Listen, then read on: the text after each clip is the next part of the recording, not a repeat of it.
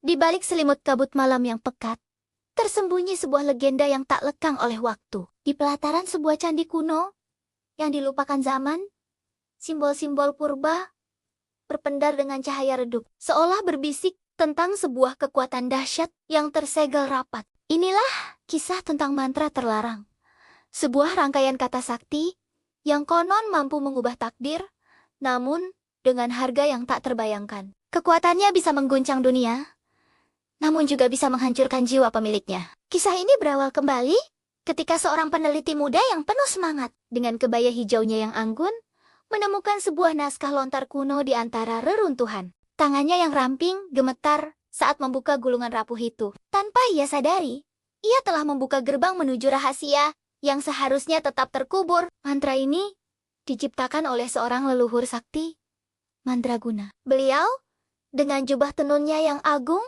dan rambut putihnya yang panjang, menciptakan mantra ini bukan untuk digunakan, melainkan sebagai peringatan. Peringatan bahwa ada kekuatan yang terlalu besar untuk dikendalikan oleh nafsu manusia. Ia berpesan, ilmu yang agung harus diiringi kebijaksanaan yang luhur.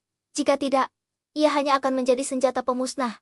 Malam itu, di bawah tatapan bulan purnama, sang peneliti muda tergoda. Kata demi kata dari mantra kuno itu mulai terucap dari bibirnya. Nadanya mengalun membelah keheningan. Namun, tepat sebelum kata terakhir terucap, udara bergetar hebat. Dari ketiadaan, muncul sesosok roh penjaga, seekor naga emas raksasa yang tubuhnya berkilauan. Matanya yang hijau menyala menatap tajam, mengaum tanpa suara.